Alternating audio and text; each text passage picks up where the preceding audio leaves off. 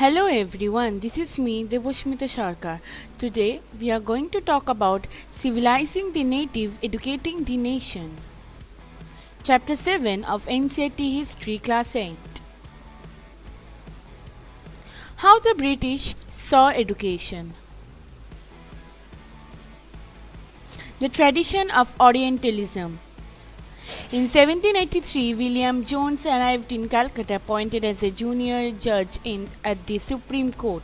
Jones was a linguist who had studied Greek and Latin at Oxford and knew French, English, Arabic, and Persian.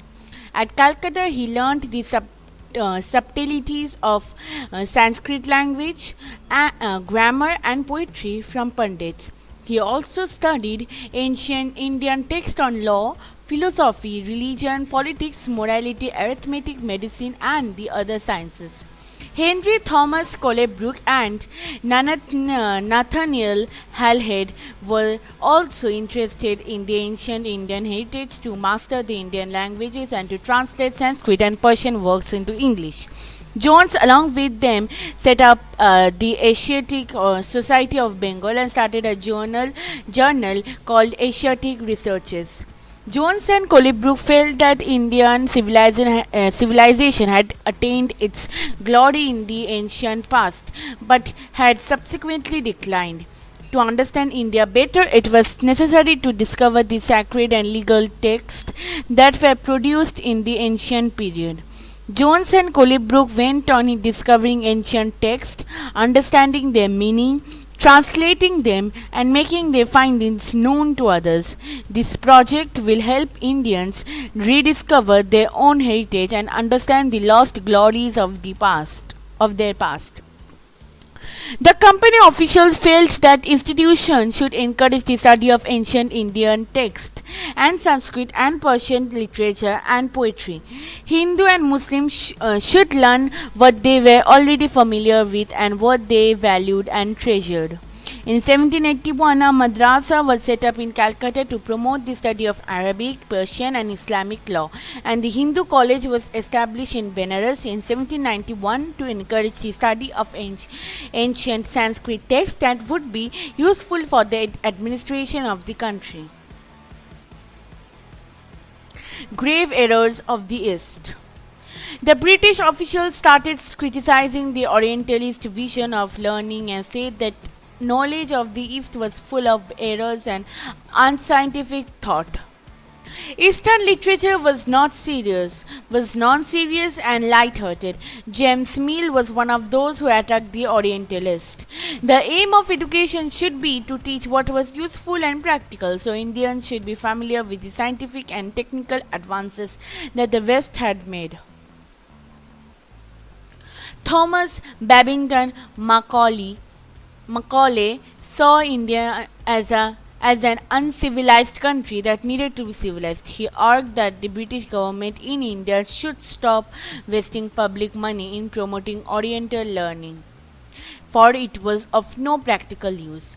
Macaulay thought in the English language would help Indians to read some of the finest literature that the world had produced, make them aware of the developments in Western science and philosophy. The English Education Act of 1835 was introduced and English was made the medium of instruction for higher education. English textbooks began to be produced for schools. Education for Commerce. In 1854, the Court of Directors of the East India Company in London sent an educational dispatch to the Governor General in India. It was issued by Charles Wood, the President of the Board of Control of the company, known as Wood's Dispatch. It draws an outline of the educational policy that was to be followed in India and emphasized on the practical benefits of a system of European learning as opposed to Oriental knowledge. European learning would enable Indians to recognize the advantages of the expansion of trade and commerce and the importance of developing the resources of the country. By adopting European ways of life, their tastes and desires would change. European learning would improve the moral character of Indians. The British introduced several measures following the 1854 dispatch. Education departments of the government were set up to extend control over all matters regarding education. Steps were taken to establish a system of university education. In 1857, universities were being established in Calcutta, Madras, and Bombay. Attempts were also made to bring about changes within the system of school education. Now we will know what happened to the local schools. The report of William Adam. In 1830s, William Adam toured the districts of Bengal and Bihar and had been asked by the company to report on the progress of education in vernacular schools. According to the report presented by Adam, over 1 lakh pathshalas were present in Bengal and Bihar with no more than 20 students each. These institutions were set up by wealthy people or the local community. The education system was flexible and no fixed fee, no printed books, no separate school buildings, no benches or chairs, no blackboards, no system of separate classes, no roll call, registers, no annual examinations, and no regular timetable. Classes were held under a banyan tree in the corner of a village shop or a temple or at the guru's home. School fees depended on the income of the parents. The rich had to pay more than the poor. The guru decided what to teach orally in accordance with the needs of the students. Students were sat together in one place and the guru interacted separately with groups of students, children with different level of learning. This flexible system was suited to local needs. During the harvest time, classes were not held. The pathshala started once again when the crop had been cut and stored.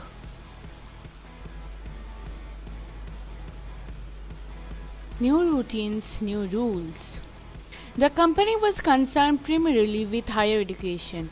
After 1854, the company decided to improve the system of vernacular education by introducing order within the system, imposing routines, establishing rules, ensuring regular inspections.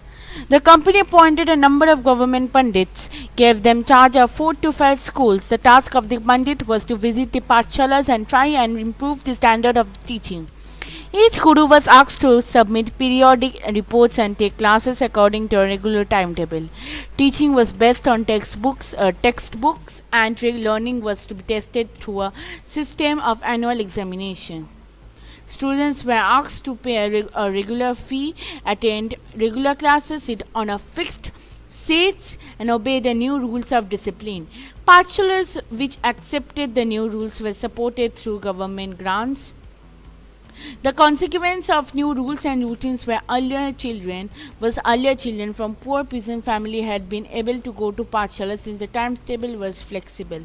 The new system demanded regular attendance even during the harvest time when children of poor family had to work in the field.